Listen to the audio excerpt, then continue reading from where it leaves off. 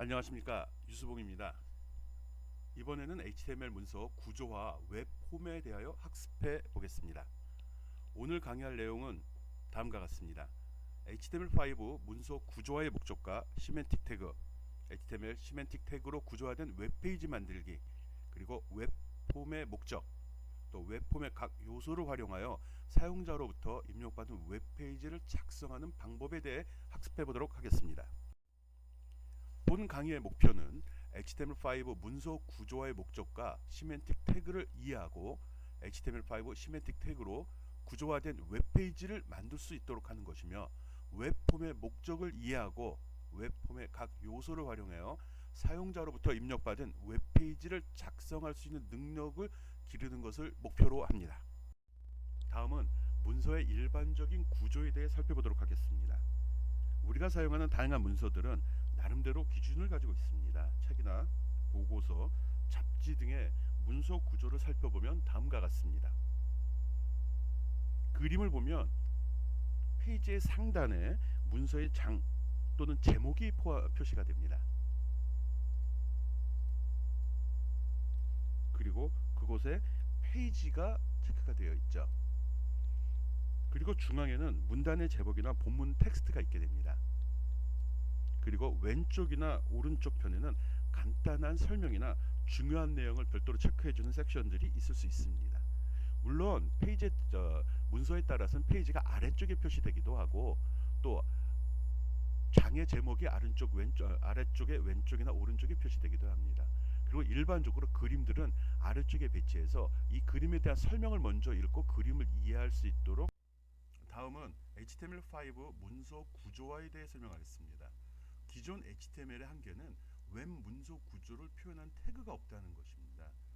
기존의 HTML 문서를 열어보게 되면 div 태그나 테이블 태그와 같이 마치 구조화된 것처럼 보이기는 하지만, HTML 페이지의 소스를 보게 되면 문서 구조 파악이 불가능하거나 매우 어렵게 되어 있습니다. HTML 문서를 구조화하는 이유는 검색 엔진이 좋아하는 웹페이지 작성이 필요성이 대두되었기 때문입니다.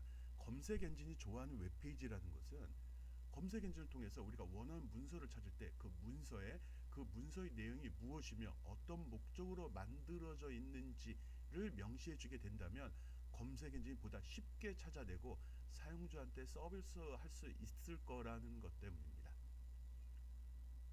그래서 그것을 위해서 만들어진 것이 시멘틱 웹인데, 웹 문서를 구조화하여 의미 있는 내용을 탐색하기 쉽도록 만들어진 것을 이야기합니다. 기존에는 P, div, hi, h1, 2, 3 제목이 되겠네요. 등의 태그를 사용해서 문서의 구조나 의미 전달을 하고자 하였으나 명확히 그 구조를 표현하기는 어려웠습니다. 즉, 그 내용을 표시하는 제목인지 단순히 강조하기 위해서 사용된 제목인지를 구분하기 힘들었다는 거죠. 시멘틱 태그를 사용할 경우는 문서의 구조와 의미를 명확히 전달할 수 있도록 아래 보이는 것 같이 헤더, 여기에 있죠. 예, 헤더, 섹션, 아티클 또는 메인, 또 서머리, 마크, 타임과 같이 구조적인 태그를 사용해서 검색 엔진이 쉽게 그 내용을 파악할 수 있도록 한 것입니다.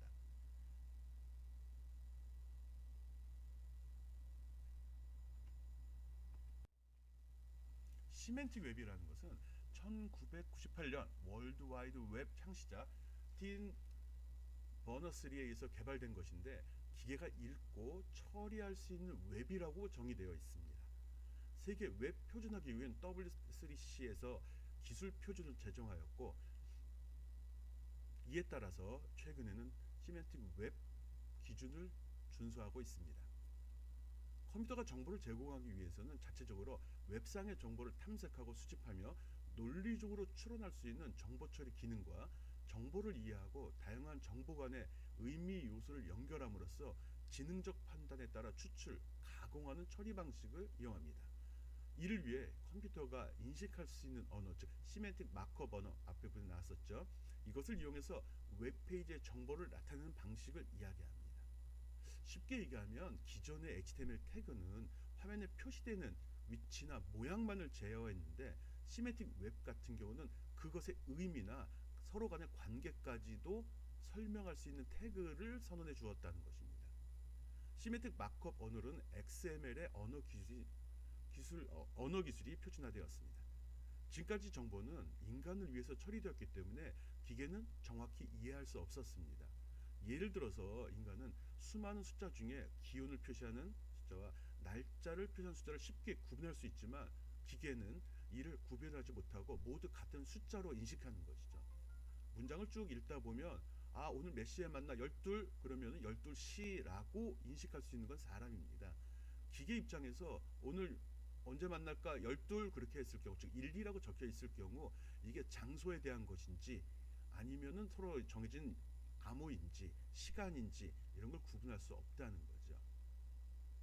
따라서 시멘틱 웹은 어떤 숫자가 기온인지 알 수 있도록 기계 안에 기온을 표시하는 코드를 입력해두고 기계도 그 정보를 이해할 수 있도록 만든 것을 이야기합니다.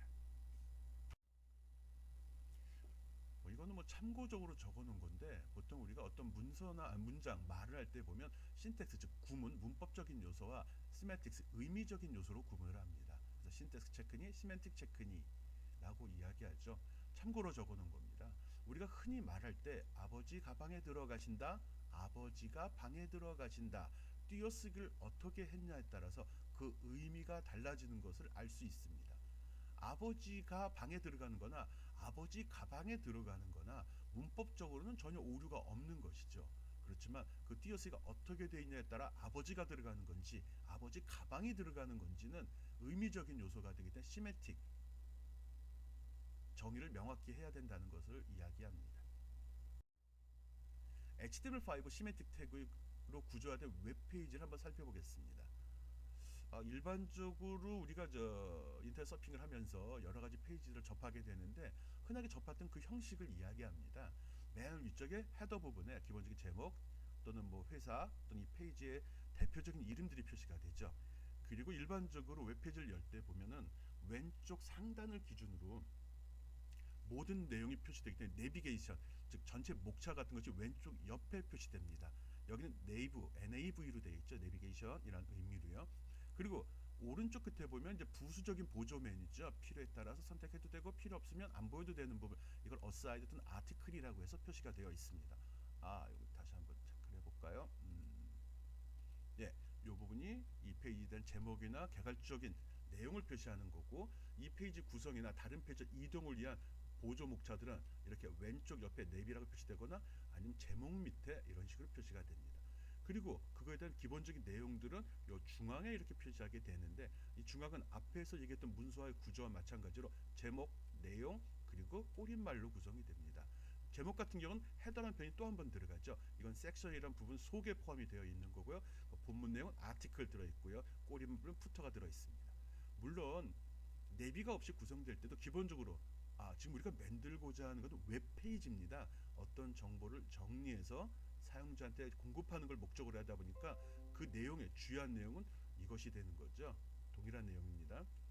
그리고 전체적으로 봐서 목차나 장, 제목, 이 페이지 등에 해당되는 헤더나 푸터가 다시 한번 또 구성이 되는 거죠. 큰 구조 안에 또 다른 구조가 포함되어 있는 즉 어떤 계층이 형성이 된다 이런 걸 갖다 구조화된 웹페이지라고 이야기합니다. 이렇게 구성될 때 한 페이지를 구성하는 요소 제목, 내용, 꼬릿말 이게 기본 요소가 되는 거고요. 그거를 구분한 요 태그들 헤더, 섹션, 아티클, 푸터 또 내비, 어사이드, 아티클 이런 것들이 시메틱 태그 앞에서도 이야기했듯이 헤더, 내비, 섹션, 아티클, 어사이드, 푸터 이렇게 쭉 열거가 되어 있죠. 이것들의 의미하는 바는 다음과 같습니다. 헤더는 페이지나 섹션의 머릿말, 즉 제목을 이야기하는 거죠. 여기에 물론 간단한 설명까지 포함되면 더 좋을 거고요. 그 내비는 보통 하이퍼링크란 말, 앞선 강의에서 하이퍼링크가 뭔지 HTML에서 앞에 H에 해당하는 거죠. 하이퍼텍스트, 어떤 내용이 있을 때 그 내용을 선택했을 경우 그거에 해당되는 별도의 페이지로 연결시키는 기능, 이걸 이야기합니다. 그래서 페이지 내 목차를 만드는 용도로 쓰는 게 내비가 되는 거고요. 우리가 쓰는 그 내비게이션 그거랑 동일하게 보면 됩니다. 섹션, 장이라고 우리가 보통 이야기하는데 여러 개의 문장으로 구성되어 있을 때 그 장을 나타내는 거죠. 절, 여러 구분하는 용어들은 있고요. 일반적인 문서들은 여러 개의 장, 이해하기 쉽도록 이렇게 챕터를 나눠 놓은 거죠. 그거에 대해서 이 장의 제목을 헤더라고 얘기하죠. 큰 제목 머리글이라고 해도 되고요. 그건 H1부터 6까지 HTML 태그를 사용해서 표시를 하게 됩니다. 보통 일반적인 본문보다 좀 큰 글씨로 표시가 될 거고요. 아티클은 이제 본문 내용이 됩니다. 본문과 연관되었거나 동일한 콘텐츠를 담는 영역으로서 뭐 여러 가지 용도가 들어갈 수 있겠죠. 그리고 이 아티클 내에는 섹션이 여러 개 둘 수 있고요. 어사이드는 말 그대로 옆에 사이드 쪽에 있는 거죠.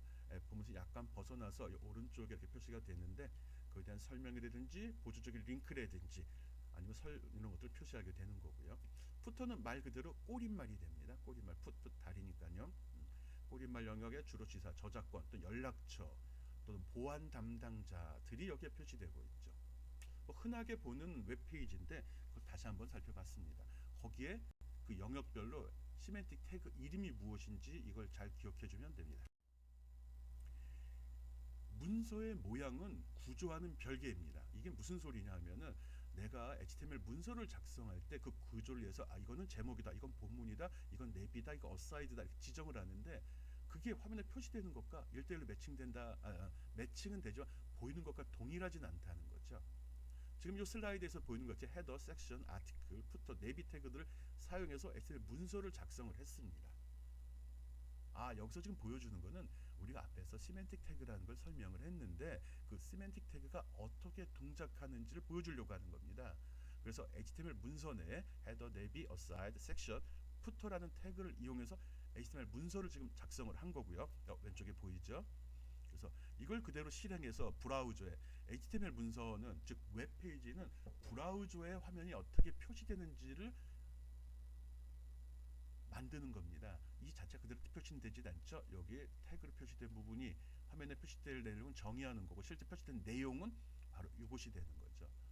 시멘틱 태그를 단순히 적용했을 때 HTML 페이지는 이렇게 아무 의미 없는 의미 없다기보다는 그 시멘틱 태그가 전혀 동작하지 않는 상태로 표시가 됩니다. 왜 그럴지 이건 한번 생각해 봐야겠죠. 지금 우리가 배우는 건 HTML 문서 태그, HTML 태그가 아니라 시멘틱 태그를 지금 설명하고 있습니다. 즉 이렇게 본문의 내용이 무엇인지 시멘틱 나중에 검색기 구글이나 이런 회사에서 내 웹페이지를 검색해서 이 페이지에 무슨 내용이 있는지를 살펴보고자 할 때 저기 헤더라고 적은 부분이 진짜 제목인지 본문인지 이거를 구분할 수 있도록 시멘틱 태그를 설정해 준다고 했습니다. 그런데 브라우저에 표시된 내용에서는 제목인지 내용인지 전혀 구분할 수가 없죠. 예. 이거를 구분할 수 있도록 명확히 사용자한테도 제공하는 것은 CSS를 이용해서 표시합니다. 앞으로 이 내용도 한번 살펴보도록 하죠. 구조화된 HTML 문서에 시멘틱 태그가 사용한 경우 이 아래 이렇게 바디 부분에 정의가 되어 있습니다. 그렇지만 이 헤더가 어떻게 표시되고 어디에 표시될지는 이것만 봐서는 전혀 알 수가 없죠. 헤더니까 머리 부분에 표시가 되겠지라고 생각할 수도 있지만 정확히 어느 부분인지, 글씨 크기는 어떤지, 배경 색깔은 어떻게 되는지 이런 사항들을 정의하는 게 바로 CSS라고 합니다. 여기 스타일이란 태그로 구분이 되어 있죠. 이 속에 보면 여기 헤더라고 선언된 부분의 폭은 화면의 100% 전체에 꽉 채울 거고 브라우저 높이의 15%를 잡아먹을 거다. 그리고 배경 색깔은 옐로우, 노란색으로 표시하겠다라고 정의를 합니다. 앞에서 설명했듯이 CSS는 웹페이지를 꾸미는 역할을 합니다. 과거 HTML 문서에서는 표시되는 내용과 꾸미는 내용을 막 섞어서 사용을 했는데 이걸 보다 명확히 정의하기 위해서 표시되는 내용은 바디 부분에 HTML 태그를 주로 사용을 하고 꾸미는 내용은 CSS 즉 스타일 태그 속에다 정의하는 방법을 권장하고 있습니다. 밑에 부분을 또 보게 되면 내비라는 부분이 나왔죠. 옆에서 저쪽에 목차라든지 아니면 추가적인 링크들을 열거하는 기능을 하는데 여기도 내비라고 표시가 되어 있고요. 폭은 화면의 15%. 여기 기준은 브라우저 사이즈는 사용자가 임의로 변경시킬 수 있기 때문에 정확한 수치로 할 경우 화면을 즉 브라우저 사이즈를 변경해도 변함이 없지만 이렇게 퍼센테이지로 지정할 경우는 내가 브라우저 사이즈를 조정함에 따라 표시된 화면의 일정 부분 퍼션으로 했죠. 15%, 높이는 70% 이런 식으로 또 플롯 해갖고 있는데 위치도 정확히 했네요. 왼쪽에 표시해라. 그리고 배경 색깔은 오렌지색으로 표시하자 이랬죠. 섹션은 거의 본문 내용이 되는 건데 이 부분이 되는 거죠. 전체 폭에선 70%를 잡아먹고 이 화면은 딱 보니까 내비하고 섹션하고 어사이드가 같은 수평적으로 배치가 됐는데 본문이 70%를 잡아먹고 부수적인 게 15%씩 오른쪽 왼쪽에 표시대로 구성을 했군요. 좀 이상한 레프트로 돼 있네. 이건 이따 살펴보도록 하고요. 푸터는 꼬리말이 되는 거죠. 꼬리말은 폭으로는 가로로는 100%를 다 사용할 경우 높이는 전체 브라우저 15%만 사용하겠다라고 정의가 되어 있네요. 이런 식으로 구조화된 HTML 문서, 즉 시멘틱 태그를 사용한 경우는 이 스타일 CSS에 명확히 구분이 표시된 방식 구분이 되고요. 이 태그를 이용해서 검색 엔진 등에서는 이 내용이 무엇인지 명확히 구분할 수 있도록 합니다. 여기 클래스 이렇게 표시된 부분은 나중에 또 설명하도록 하겠습니다.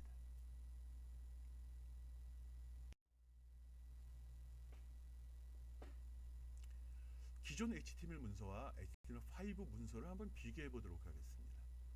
기존 HTML 태그로만 만든 경우 오른쪽과 같이 이렇게 표시가 됩니다. 내가 원하는 내용 제목들 표시해 줬고요. 줄도 있는 거 링크가 있을 수도 있고요. 본문 내용 표시했고 또 장절 내용 해줬고 영어로도 표시를 했네요. 그리고 다른 페이지로 연결할 수 있는 느낌상으로 하이퍼링크가 연결되어 있는 것 같죠. 그리고 여 밑에도 마찬가지고요. 문서의 모양과 구조는 별개입니다. 이렇게 쭉 열거돼 뭐가 제목이고 뭐가 내용인지 우리는 구분할 수 있는 방법은 없죠. 실제 HTML 문서 내용을 한번 살펴보도록 하겠습니다. 왼쪽에 있는 거는 조금 아까 봤던 그 내용입니다. 그리고 오른쪽은 이거는 그냥 시멘틱 태그를 사용하지 않은 경우를 이야기하는 거고요. 아까 봤던 그 내용이죠. 오른쪽에 표현한 건 시멘틱 태그를 사용한 경우입니다. 여기 아티클 적혀 있고요. 헤더 부분도 표시가 되어 있네요. 여기 아티클 내비도 있고요. 화면에 표시되는 동일하지만 본문 내용 중에 본문에 표현된 내용이 이게 제목인지 내용인지 아니면 하이퍼링크를 나타내는 목차인지 구분할 수가 없죠. 그런 게 보다 명확히 되어 있습니다. 그렇지만 오른쪽이나 왼쪽이나 앞에서 설명해서 CSS 스타일 부분이 정의되어 있지는 않네요. 시멘틱 태그를 이용해서 아주 바람직하게 구성은 되어 있지만 기본적인 내용은 동일하니까요. 이렇게 기존 HTML 사용한 것보다는 시멘틱 태그를 사용했기 때문에 검색 엔진이나 다른 곳에서 내 문서를 명확히 이해할 수 있도록 많은 정보를 제공할 수 있다는 점에서는 차이가 있습니다. 물론 사용자분은 화면엔 차이가 없고요. 좀 불편한 작업 같은데요. 남을 위해서 봉사를 한다. 웹페이지를 만드는 이유는 내가 보려는 목적보다는 남한테 정보를 제공하는 것이 목적이기 때문에 시멘틱 태그를 사용하는 것이 아주 바람직합니다. 그걸 지금 설명하고 있는 겁니다. 시멘틱 태그를 한번 살펴보도록 하겠습니다. 여기서 보는 시멘틱 태그는 시멘틱 블록 태그와 시멘틱 인라인 태그로 구성이 됩니다. 시멘틱 블록 태그, 인라인 태그. 앞에서 얘기했지 블록은 전체 한 블록 단락을 얘기하는 거고 인라인 태그는 그 속에 구성한 한 라인 속에 한 줄 속에서 특정 부분을 이야기하는 거죠. 서로 좀 특징은 있지만요. 대표적인 시멘틱 태그의 블록 태그에는 피겨와 디테일 크게 두 가지가 있습니다. 피겨는 단어적인 의미와 마찬가지로 그림입니다. 그림.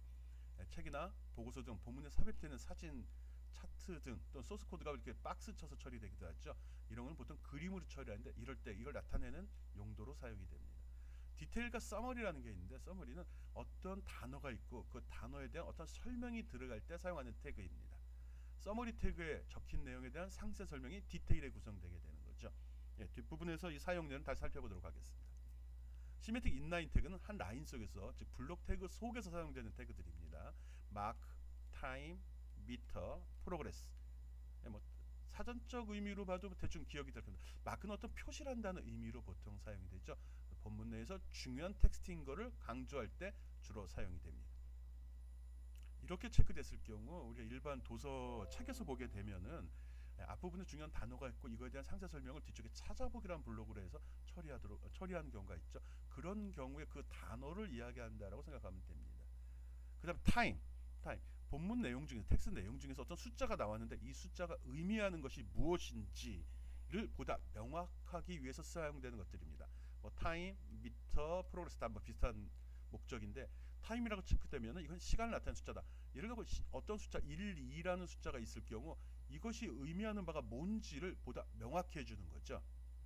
앞에 태그로 타임이라는 게 들어가게 되면 이건 시간이구나. 앞에 미터란 말이 들어가면 이건 어떤 크기를 나타내는 양이구나. 프로그레스라는 태그가 들어가게 되면은 그때는 아 이거는 전체 진행률을 나타내는 거구나 라고 이해할 수 있다는 거죠.